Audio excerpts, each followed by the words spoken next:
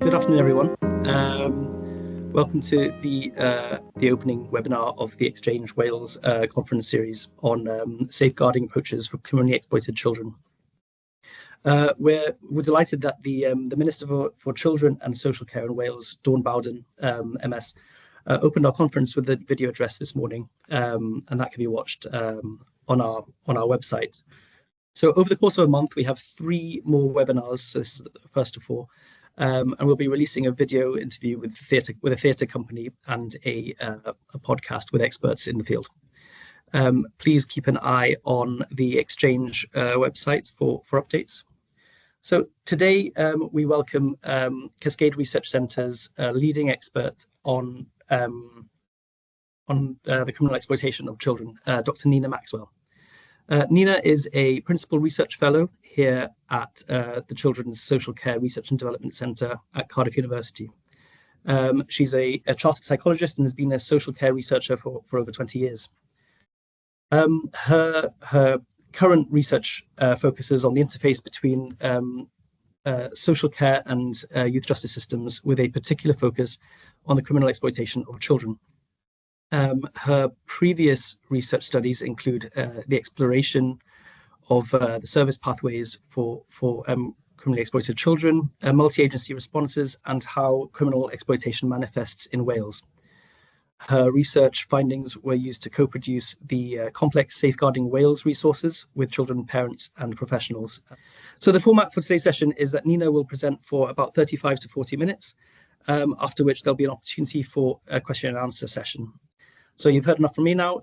I'll pass you over to Nina for her presentation that is titled, They're Not Seeing Young People as Victims of Exploitation, Multi-Agency Resources to the Criminal Exploitation of Children. So thank you very much for coming, everybody. What I'm going to do is I'm going to talk about the multi-agency responses to the criminal exploitation of children. And these findings came from a study that was commissioned by Action for Children. And the aim of this study was to capture professional perspectives about policy and practice in Wales. And we had 2 main objectives. The first objective was to identify what policy and practice guidance professionals use to inform their practice. Then secondly, we wanted to explore what was needed to enhance consistent responses across different agencies. So in terms of an overview, for the next sort of 35-40 minutes, I'm going to give you a little bit of context. I'm going to talk briefly about the study to give you a sense of where these findings have come from.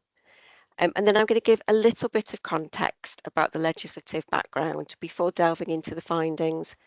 And broadly speaking, our findings fall into 4 main categories: policy and practice adoption, service provision, multi-agency working, and then funding and resources. Then I'm going to give you a very quick summary and then leave plenty of time for questions. Can I have the next slide, please? So for the research study, we adopted what's called a sequential mixed method study, which really means that findings from one sort of phase of data collection fed into the next stage. So we began with focus groups in 2 local authorities. One local authority was in North Wales and one was in South Wales. And we held 11 groups in total across both areas, with professionals from 8 different sectors, which are listed below. So within these 11 groups, we had, I think it was 9 sector-specific groups and 2 were multi-agency groups. And we asked everybody in the group, so what policy and practice guidance do you use to inform your work about the criminal exploitation of children? What works well? And what do you think needs improving? And we then analysed these results and we used them to develop a survey, because we wanted to test out these findings from these focus groups to see if they were representative for all professionals across Wales. So the survey was an online survey, excuse me, and it was disseminated across Wales. We had a really good response rate. We had 115 participants who completed the survey from 17 local authorities.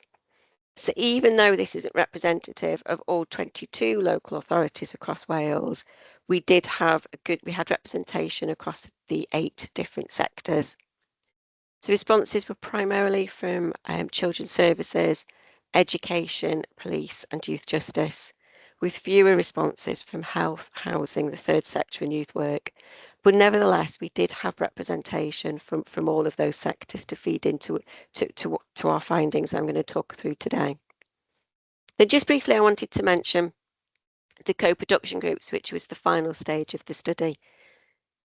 So we invited representatives from each of the 8 sectors in both local authority areas if they would take part in what we called a co-production group. And in this group, we got everybody together, we presented the findings from the focus group of the survey, and then we really just asked them 2 questions. So the first was about existing guidance. Was there anything that we could do to help promote existing good practice, or was there something, should we have developed something new? And then we asked about recommendations and what recommendations we could include in the report. So across the 2 groups, there was a sense that we should create new resources. And this fell into confusion as to the roles and remits of multi-agency partners and service pathways. We also, they also talked about definition, but I'll talk about that in the presentation. But what we've been doing over the summer is we've made a film that's been co-produced with young people and professionals about that lived experience through the different services. So that film should be available in the next month or 2, and we'll be rolling that out across Wales and further afield. Can I have the next slide, please? So just to give you a little bit of context, which will help, I think, make sense of the findings when I go on to discuss them. Child criminal exploitation comes under the Modern Slavery Act, and this was introduced in 2015. And at the time, it was heralded as landmark legislation because it consolidated existing laws around trafficking. But as well as strengthening the prosecution of offenders, it also included enhanced support for victims of modern slavery. So it had these 2 elements to the Act. Under the Act, modern slavery is defined as servitude, forced or compulsory labour and human trafficking. So it doesn't explicitly reference child criminal exploitation. So when a child is a victim of criminal exploitation, this comes under, for the purposes of the Act, it includes them when they are victims of forced criminal activity, bonded labour, or if they're trafficked with the intention of exploitation. And then under Section 49, local authorities have the responsibilities for safeguarding child victims of modern slavery, irrespective of whether they're British or non-British nationals. Then under Section 49, it sort of states that a cohesive multi-agency approach is essential to the protection of child victims. There's this very clear sense agencies need to come together to provide a safeguarding response to child victims. Then alongside the Modern Slavery Act, we have the National Referral Mechanism, which is the UK's framework for identifying and supporting victims of modern slavery. So in order to make an application to the National Referral Mechanism, it has to come from an authorised agency, which are known as first responders. So they include local authorities, the police, children's services and certain charities. So in Wales, it's Barnardo's. And while there's a sense under Section 49, it certainly says that children can become known to be victims of modern slavery in a variety of different settings. So that could be in school, it could be in health settings, it could be in youth groups. So they can help, and they can help to generate evidence that is needed to demonstrate that a child has been victim, so they're not criminalised for their exploitation. However, that evidence needs to go through those first responders to make that application. Can I have the next slide, please? So earlier this year, there was a review of the Modern Slavery Act, sort of a decade on, to see where we are. And essentially, the House of Lords review found that the Modern Slavery Act has failed to keep pace with the evolving nature of exploitation. there have been multiple and numerous calls for a specific definition for child criminal exploitation, but these haven't been addressed. And when we look at practice findings, we find that there's some confusion around roles and responsibilities. So British children are very rarely suspected of being victims of trafficking. And some of my earlier research studies has said that, has suggested that this can be because professionals don't always associate trafficking when it's from one side of street to the other, or one side of town, or within Wales. They don't always see that as trafficking in terms of modern slavery.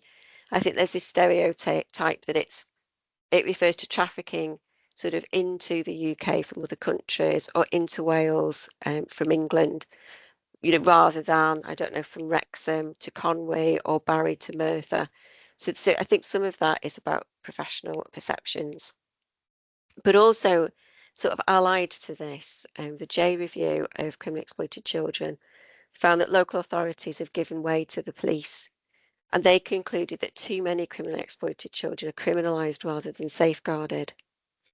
So the House of Lords Review have found that local authority staff often have a limited understanding of child criminal exploitation, but that is very much sort of related to the lack of specialist training and provision that they're given. Local authorities aren't given any more money to address child victims.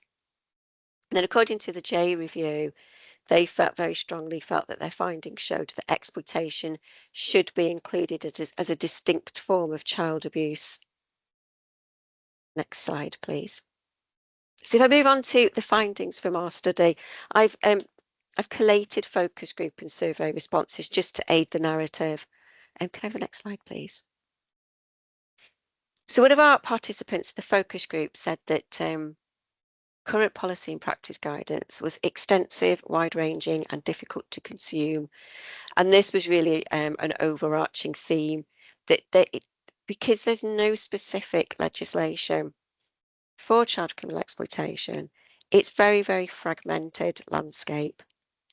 And children come under lots of different areas. So there are different areas for the specific vulnerabilities, the Children Act, and the Home Office Exploitation Toolkit. There's lots of different bits of legislation that are relevant to this particular cohort.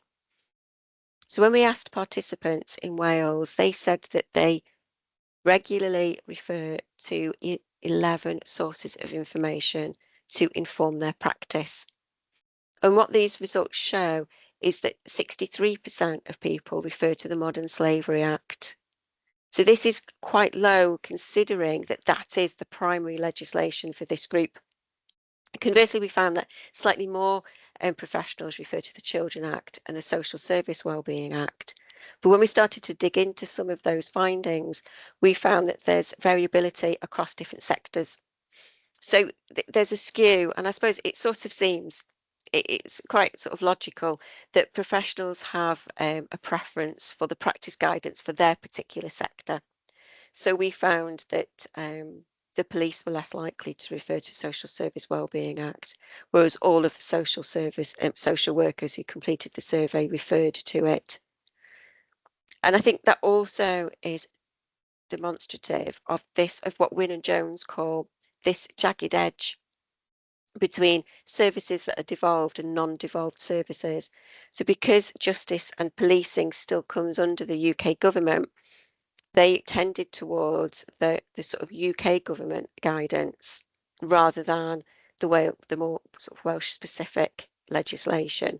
Although that's not all, that's not for everybody. So some police officers certainly did refer to the practice guides on child criminal exploitation. So what you're getting is quite a sense of that it's quite a complicated picture where professionals are drawing on these 11 different sources of information to various degrees. Can I have the next slide, please? And what this means is these variations in understanding mean there's inconsistent practice. So the real positive across all, like the focus group and the survey findings, is that most professionals do now recognise child criminal exploitation. However, there is a lack of consistency, and that's not just between different agencies, but also within different agencies. So for children who are being criminally exploited, whether they are safeguarded or criminalised often comes down to the specific individual that they first come into contact with.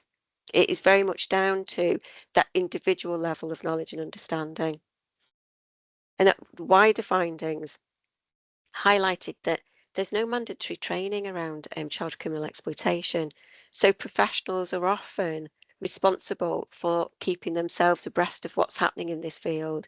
And as I've said, it's evolving. Exploitation is evolving. It's a constantly changing landscape. The guidance is extensive, it's wide-ranging, so it is a challenge for professionals to keep their knowledge up to date and relevant. And I think an element is also as to whether professionals believe that this does come under their roles and responsibilities. So because I deliver training across Wales, you sort of see the same people turning up. And I wonder whether that's a sense of people who just don't have the time. They really want to attend training. They just can't physically do it because, things happen very, very quickly. Or whether, as I said, they just don't see it as part of their role. So when we asked about a definition of child criminal exploitation, this sort of reinforces those findings that generally participants used two different sources of information. Primarily, just over half looked at the World Safeguarding Procedures, which offers a non-statutory definition of child criminal exploitation, but also the Home Office. And around half felt that their colleagues within their organisation had used that same definition. But they were less sure when they started to think about what definitions do professionals in their partner organisations use. So this really presents a picture that initial understanding of what constitutes child criminal exploitation varies and responses vary as to what information and the level of knowledge of each individual practitioner. Can I have the next slide, please? So a vast majority of our participants felt that there was a need for a statutory definition, not only to help aid consistency so that everybody's working to the same definition, everybody's on the same page, but also because, and as I'll talk to later, everybody's overstretched. Professionals have huge caseloads, there's limited resources.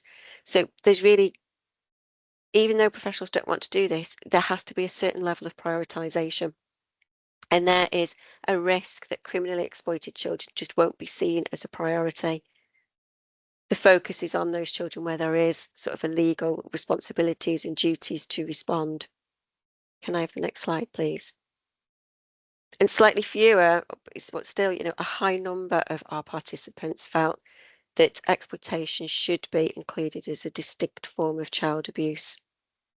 So I think this speaks to this lack of consistency to make it clearer that this is a safeguarding issue, but also our findings suggest that professionals don't always understand the impact that criminal exploitation has on children, that it can and often includes emotional, physical, sexual abuse and violence. So there is this sense, from my other studies, there's this sense that it's a lifestyle choice. Children are choosing to do this. They have this option, and that there's not really that sense of actually what does this mean? What is the lived experience of exploitation for these children? Can I have the next slide, please? So on the back of these responses, we asked, is there a need for new practice guidance? And our respondents were broadly divided between those who were unsure and those who said yes. So for those who said yes, it was to address those gaps in the current guidance, to extend what we know about criminal exploitation, and to cater for the evolving nature of exploitation, and to keep it updated and relevant to practice. Whereas for those that said no, there was still the open-ended responses still suggested that existing guidance needs to be made clearer. And those within the professionals, I think those who are in support roles, they find it quite difficult. They don't have the time always or the training to go through the different guidance. So we've certainly had a few participants saying that it is very, very difficult to understand and to pull out the information that they need. So there's a sense that the new guidance does need to be clearer, if nothing else. Next slide. But for those who did want new guidance, we asked them who should write this, how should it be developed? And the overwhelming consensus was it should be in consultation. It should be in consultation with people who have high levels of lived expertise, so professionals who are working directly with criminally exploited children, with the inclusion of wide-ranging partners, so not just children's services, the police and youth justice, but housing, health, youth workers, any community groups that have a role to play with these children. And also to include people that have lived experience of exploitation and to hear children's voices within this guidance. And then other quotes have gone on to say sort of stakeholders and to make sure that there's a national framework that that extends beyond Wales into the UK, but has the flexibility and has the space for it to be adapted to Wales and to each different region, which acknowledges that exploitation can manifest differently according to different areas. Can I have the next slide, please? So ultimately, professionals want a unifying framework. And for me, this quote really encapsulates that everybody's working, everybody's different ways of working, different processes, different systems, and that directly impacts what they can and they can't do. So certainly from the co-production groups and across the findings, there was a sense that professionals don't always understand or know what the roles and remits of their partner organisations are. If there was a clearer understanding of the expectation from different organisations, this would help to prevent children from falling through the cracks. But there's that expectation that sometimes it's sort of assumed that an agency will do or pick up a particular piece of work, whereas in actual effect, it's not their role to do that. So it can sometimes be just having those conversations, having that shared language, so everybody's talking about the same thing. Their understanding's the same. They can draw on similar tools, and their focus is that child rights perspective.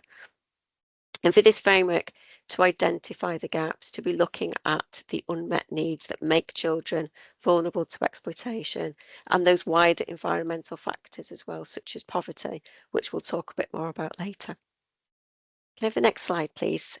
So in terms of the next theme that came from our results, it was around service provision. Can I have the next slide, please?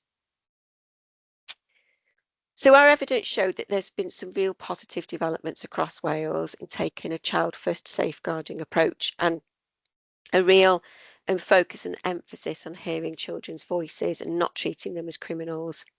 And there was a sense, as this quote describes, of understanding that it's those vulnerabilities and past experiences that exploiters capitalise on. They use them to engage young people in these unhealthy relationships, to build trust, and to bring them sort of into, so they feel that the exploiters do actually care about them and want what's best for them.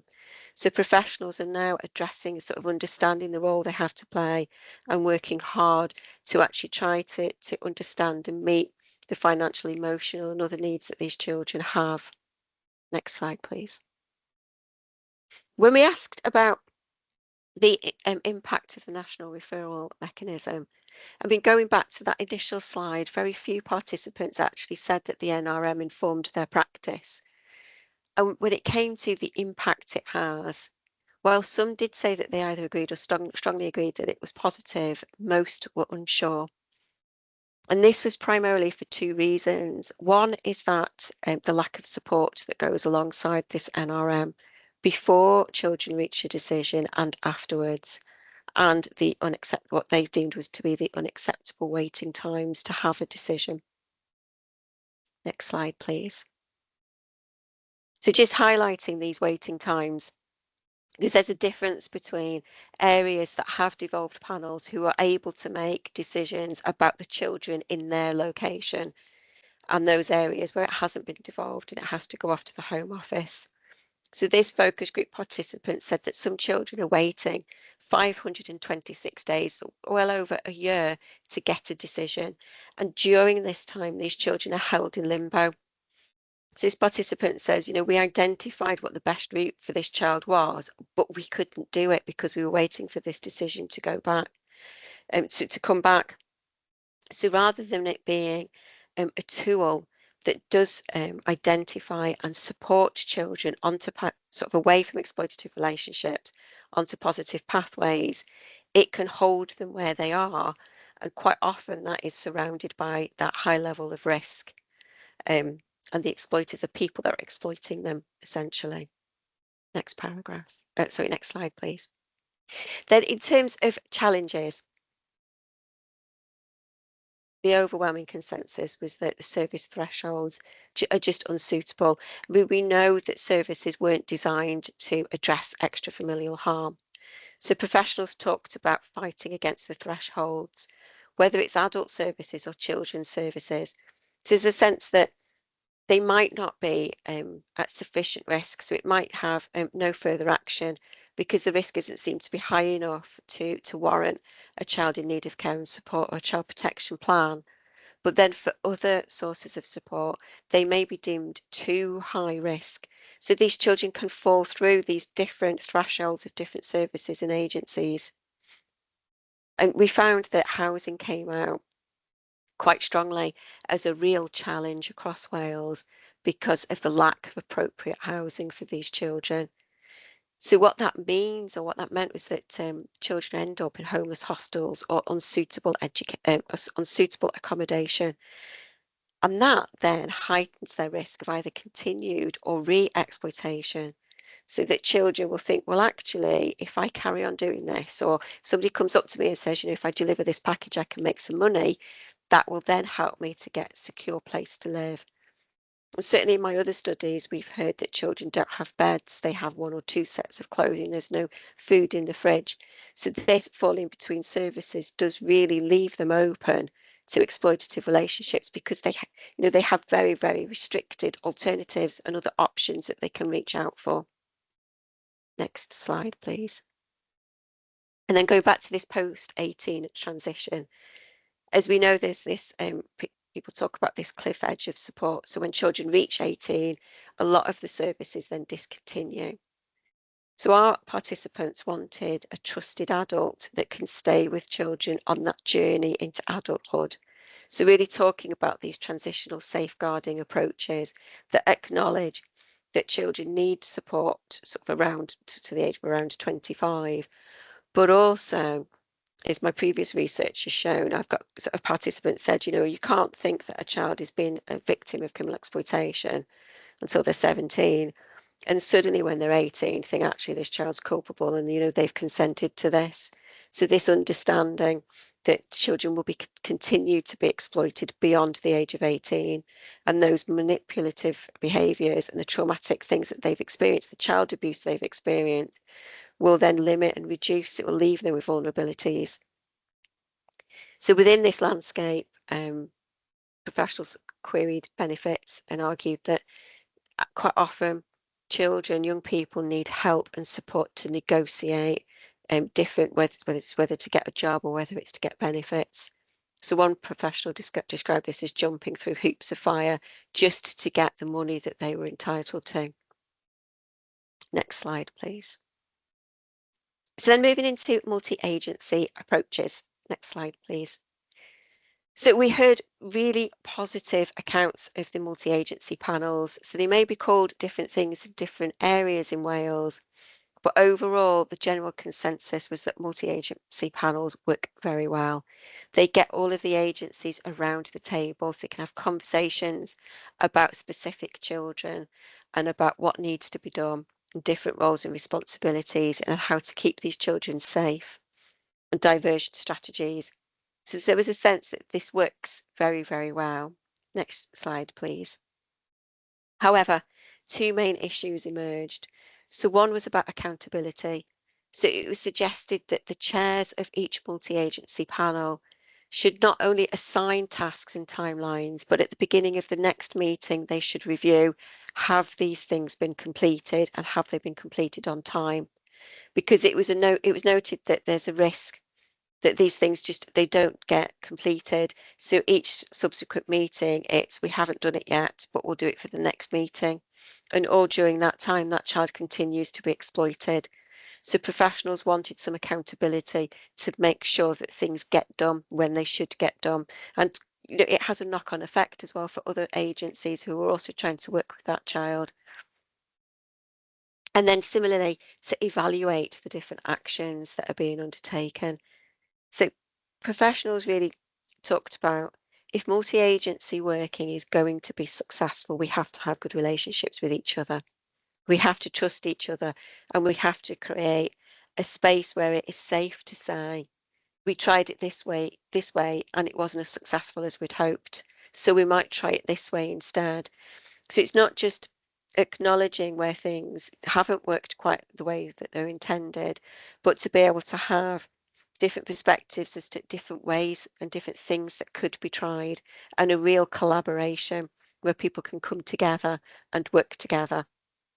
And it was suggested that there needs to be more opportunities in order to develop these relationships. There needs to be more opportunities for people to come together. So training was identified as quite a useful tool where multi-agency professionals can come together, receive the training. There's opportunities for that informal conversation to get to know each other, to talk about how's this child going on, or how did that happen, but also to work through training and think about actually how do we implement this, how do we operationalize this on the ground, and to see if we can make it work. Next slide, please. Then in terms of the multi-agency panels, they work very well, but they require people to engage with them. So this health professional said that many professionals in health don't know what child criminal exploitation is, and it wasn't necessarily on their agenda. There was a sense that health professionals often don't attend these meetings, and it's a real missed opportunity because children often present. So if we think back to when County Lines was growing awareness about County Lines, the health professionals noted that these children were coming in with specific types of injuries. They were being slashed on their buttocks, and they were seeing these patterns and not really understanding actually what's happening here. So health professionals can often sort of see what's coming down the line to see how these things are manifesting. So they have vital information. But it's really unclear as to whether they don't turn up to these meetings because they're overstretched, they just don't have the capacity to attend a meeting, or whether they just don't see that it's part of their core business, that it comes within their remit and their responsibilities. So there's a sense that there needs to be more work done to promote engagement for all of the agencies and to broaden who sits around that table. So to make sure that other partners are included. So professionals talked about making sure that housing, licensing, probation and youth work are routinely invited to these meetings so that we can get a clear picture of what's happening and what's happening on the ground. And again, sort of youth workers are out speaking to young people so they can often see what's happening, and also the patterns of which young people are spending time with which young people, and where there may be people at risk. Next slide, please. So it'll probably come as no surprise that professionals said information sharing was a huge challenge. So because systems don't speak to each other between different agencies, some professionals really were frustrated by the number of different forms that have to be completed. So this participant said, it's duplication, triplicates, even quadruple times you're reporting the same information on lots of different forms. We also heard that professionals were completing multi-agency referral forms or similar, expecting multi-agencies to have sight of those forms, whereas actually the information was meant for the police, but the police weren't seeing that information. So there was a sense that information sharing needs to be streamlined and it needs to be timely. So where panels do meet and minutes are taken, there can often be delays before the minutes are disseminated. And where assessments are completed, we've noted in my other study, we noted that they're not always uploaded onto the system. So other professionals coming in, or if social worker or similar another worker leaves their post, they don't have access to that information straight away. And within information sharing, GDPR emerged as an issue because there's a lack of clarity, and I know there's ongoing work on the regional level around GDPR and making this clearer. But within this particular, the survey and the focus groups, professionals said that there's confusion as to what information can be shared and who it can be shared with. And what that means is that different sectors, different people take different approaches. So for health, routinely health won't share information. Whereas in other sectors, so for example, education, some schools or individual professionals will share information if it's for the purposes of safeguarding that child, whereas other professionals won't. So again, this feeds into this fragmented, this disjointed landscape around criminal exploitation. Can I have the next slide, please? Then finally, to give you some context, I don't think I could have delivered this presentation without talking about funding and resources. So the first sort of sub-theme around this was acknowledgement that families in Wales are living in poverty and it is getting worse. There are more families who are reliant on food banks. So even though parents can be working incredibly hard, multiple jobs to try to support their children, it means they might not be at home to enforce boundaries or to see what's happening with their children. They might not have any gas, any water. As I said previously, we have children who just don't have anywhere to sleep or bedding. And this creates this environment where children are really susceptible to exploitation because these exploiters sweep in, they will give food, money, buy them clothes, they will meet those unmet needs and really minimize the risks to that child of getting involved, create that sense of the system. You know, all of those professionals who don't care about you, they don't want what's best for you, but we do. We will help you to meet those basic needs. We will help you to provide for your family. Next slide, please. And similarly, services are also struggling with reduced funding and resources. So the point that was made several times across this study was that we could create a gold-plated policy document and guidance, but if there's nobody in post to actually deliver it and to go out to work with these children, if we haven't got the capacity to take on these referrals, then it is absolutely pointless. There's just no use to it at all. So we heard about overstretched resources, huge caseloads, professionals who are burning out, the really difficult environment this is, and how the emotional burden on workers who are giving criminally exploited children intensive support, which means that people are leaving the profession. So it sort of creates this paradox that criminally exploited children often have very complex and multiple needs, and they require really experienced professionals who are able to engage with them and to support them, but these professionals are leaving. And that's creating more burden on the professionals who remain in post. So there's those systemic challenges that generally professionals really want and really work very, very hard to safeguard and protect these children, but they have limited ability to do it. So next slide, please. So just to summarise, I've given you quite a lot of information, but generally our findings fell into four main themes. So those variations in which sources of information practitioners use to inform their practice. So you can't assume the people you're working with have that same information or they're working to that same information. So there was a call for a uniform definition for exploitation to be a distinct form of abuse and a clear framework and service pathways. Whilst there is emerging good practice and really good service responses, there's uncertainty about the NRM effectiveness in its current format. And again, these variations in knowledge and which service pathways are best for criminally exploited children. And while multi-agency working, there's some really good, strong practice. There's a lack of inclusivity, so it needs to be broadened out as who are included, and including parents as part of that multi-agency response, and joining up provision so that there's shared language understanding tools. Everybody's on the same page and they're working together.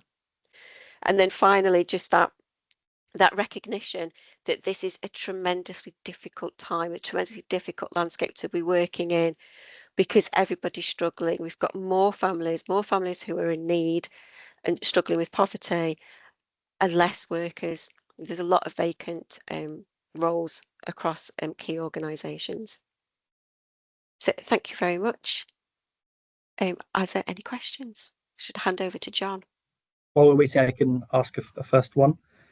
So you did mention lived experience practitioners, and I just wanted to ask what role can lived experience practitioners have in a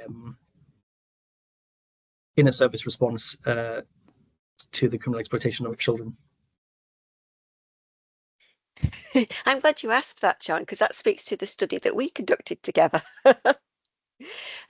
So what the literature says is there's a little bit of caution when it comes to employing people who have lived experience of criminal justice, secure estate. So there is that element of caution. When we evaluated the Action for Children Serious Organised Crime Early Intervention Service, we found that they managed to develop systems and processes that meant that they were very cautious as to who they appointed, and they offered people with lived experience and lots of support. And the benefits for young people were spoken about by both parents and young people, because there's a sense that for those workers who have lived that life, they are more able to spot the signs, the warning signals. And professionals said that they often identify things that they perhaps wouldn't have given a second thought to. And when they do see these things, people with lived experience have sort of feel more able to actually challenge children and to sort of call them out for their behaviours. So I think there is definitely a role for people who have lived experience, as you know, to become professionals. But it needs to be managed, because it's also about their own health and well-being as well as children's.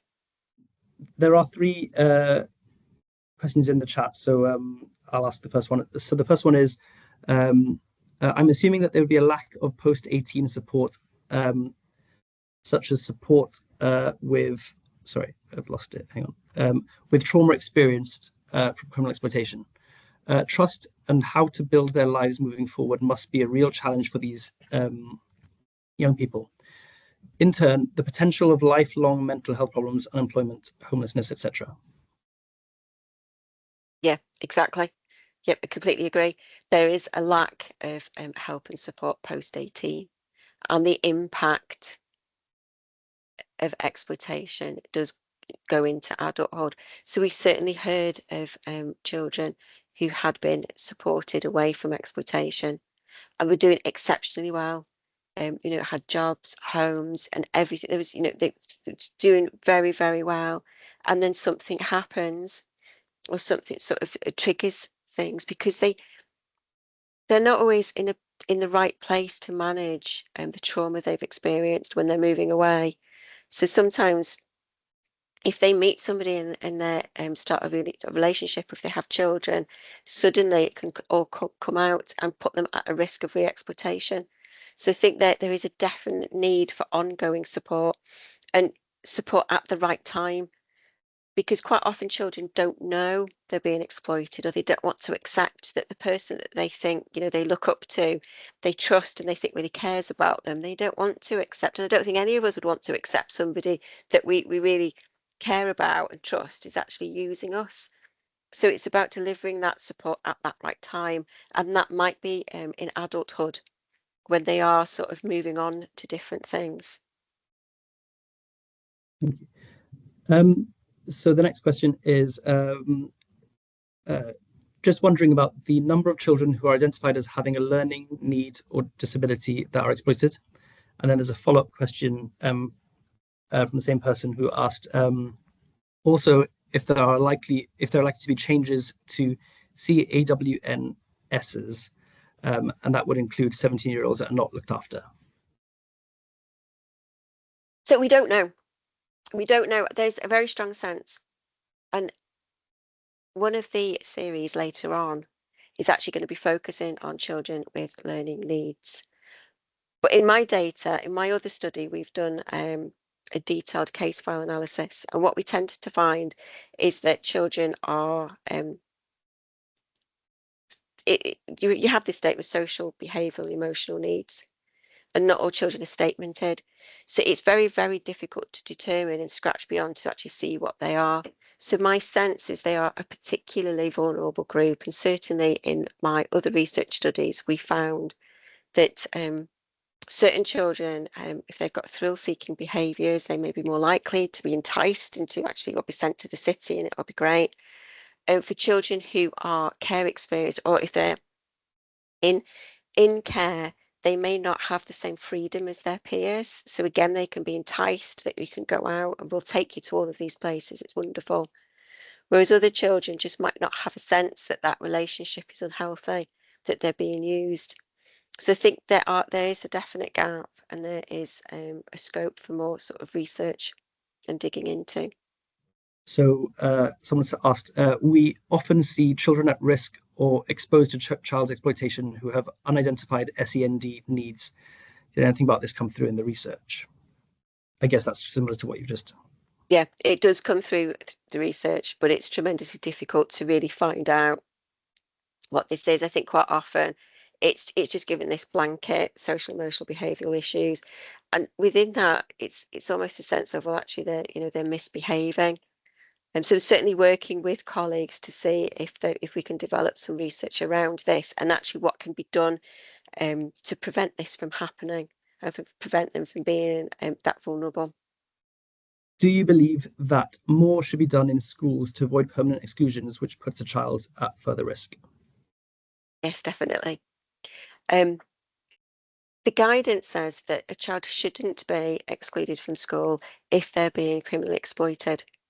The difficulty is that quite often, I mean, I was a school governor for a number of years, and I've actually sat on appeals where it is very, very difficult because the school will think about the safety of the staff and all of the pupils. And if a pupil is being violent, they will say, well, actually, we need to exclude this child for the safety of others. Whereas actually, I don't think there's enough focus on actually what about the safeguarding for that particular child. And certainly when I've sat on those panels, the people on those panels assume if a child's being excluded, there's somewhere for that child to go. And there's this assumption that the child will, on Monday, that child will just go to a different form of provision. Whereas the reality is that children can spend years. I mean, I know our colleague in Cascade, Phil Smith, his research has shown that children can be out of school for 2-3 years, and that is hugely detrimental to them. So I do think that there more needs to be done. But I think that there needs to be funding, there needs to be help and support, because schools are very, very overstretched. I think it needs to be managed in a very sensitive way, and to think about actually what is the best place for that child that will keep them safe. There's a couple of questions here. So one is, are you aware of any similar research that has been completed or ongoing in England, Scotland, or Northern Ireland? No, that's the quick answer. No, I'm not aware. There may be some ongoing studies that haven't been published yet, but not, I think there's a general sense that everybody knows that it's very disjointed and a fragmented landscape. And I think there's quite a lot of lobbying for the Crime and Justice Bill to address some of these issues. But no, I'm not aware of any research. Someone else, hi there. I'm involved in this work in Scotland, and frustration is the apparent lack of focus on those who exploit children. What do you see as helpful to focus on these individuals or networks, but avoiding including children who then exploit and groom other children or young people for different reasons? I think this goes back to including probation and making sure that everybody's in those multi-agency panels, because within those panels, the police can then get the information that they need to target those people who are exploiting children. Probation officers can offer intelligence around who's leaving the secure estate. So I think it's about everybody coming together and sharing information. I suppose they're called alpha victims. So these children who then go on to exploit other children, findings from my other study where we've done real sort of the case file analysis, the sense from those findings is that more should have been done sooner to prevent that from happening. So I think it's twofold. I think it's about making sure that there is a safeguarding approach that's been adopted to help safely move these children away from these relationships. But then for those who go on to exploit other children, I think this is sort of a case for restorative justice. So I do feel that you can't just say actually it's acceptable if you've been, you know, incredibly violent and abusive towards children. But similarly, I don't think that we should sort of put these children in prison and lock, you know, sort of throw away the key. I think that there needs to be some kind of mid-space where work is done with these children. They do have restorative justice, but we do also acknowledge and recognise the fact that these are often very vulnerable children who themselves have been traumatised and victims of abuse. So they want to know your thoughts on whether the responses to CCE in Wales reflect child first justice. Not always. I think when it came to the Youth Justice Blueprint, not all professionals referred to it as informing their practice. So the sense from these particular findings is that it was mostly youth justice and a couple of the police that were aware of this child first approach. So I think it varies. I think what's happening in Wales is we have some absolutely incredible people who are doing amazing work and really pushing for child first, child rights, safeguarding approaches. But then we've got other people, and I wonder whether these professionals don't come into contact with criminally exploited children as often, who perhaps see the criminal activities first and actually see, because this is, you know, these are adolescents, they don't present as victims.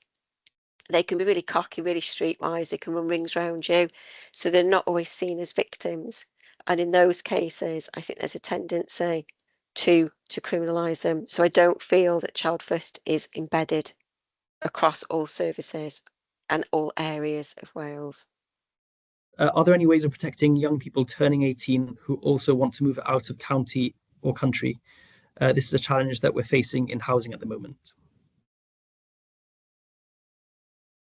Other pieces of research that I've done have shown that when young people move into independent accommodation, they can be picked out. So they can be identified, befriended. There's different scenarios I've come across where it might be that somebody will sort of approach them and say, oh, I've been locked out. Is there any chance I could just stay at yours tonight? And suddenly lots of people move in and they get cuckooed. So I think that is a very high risk. And other times young people are accommodated on their own and they're lonely. So they are more susceptible to being befriended by people who just don't have their best interests at heart. So I do think it's a risk. In terms of protecting them, I think that's about having a good support network around these young people. It's those issues, isn't it? It's sort of isolation, it's loneliness, it's routine, it's having positive access to education, employment and training. It's all of those things that help them to feel a sense of belonging and a sense of purpose. So it's not a simple answer, but I think it is more sort of systemic change and actually supporting these children. In North Wales, they had, I don't know if they still do, but they had a project where there was a scheme where the police would go around, and if anybody was being cuckooed, they could put a sticker in their window and the police would keep an eye on them. So I think there also needs to be some kind of surveillance. I don't feel that we should be watching young people all of the time, but certainly also making sort of perpetrators of exploitation know that actually somebody is looking out and looking over these children. In other answers, but did the study highlight issues about intersectionality, cultural bias, or adultification? We didn't look at those things. So it wasn't anything that we particularly highlighted. So yes, there was reference to different groups, but ultimately this was about what is it that you use to inform your practice. So in this particular study, it didn't come out as a theme. It was just those broad themes. Can I just add very quickly, John? I think I saw somebody say something about co-production. For the films, The co-production groups were professionals, yes, but for the films we've included young people. So I've appointed young people as peer researchers, and they've been attended filming. They've told us what to include, what not to include. They've been included in the films. So yes, we have made concerted efforts to co-produce that resource with young people. And parents haven't been directly involved in this particular piece of work, but I certainly have co-produced the Complex Safeguarding Wales website for parents was co-produced with parents, and parents had a lot of input into early drafts of that website. Thank you. There's a lot of interesting discussion going on in the chat and in the Q&A, but I think that's all we have time for today. But I'll just draw people's attention to it because it is interesting discussion being had. Thank you very much to everyone who has attended. There are other events coming up that we would love to see you at. Yeah, so thanks very much. And please do email me if you have any questions. Thank you, everybody.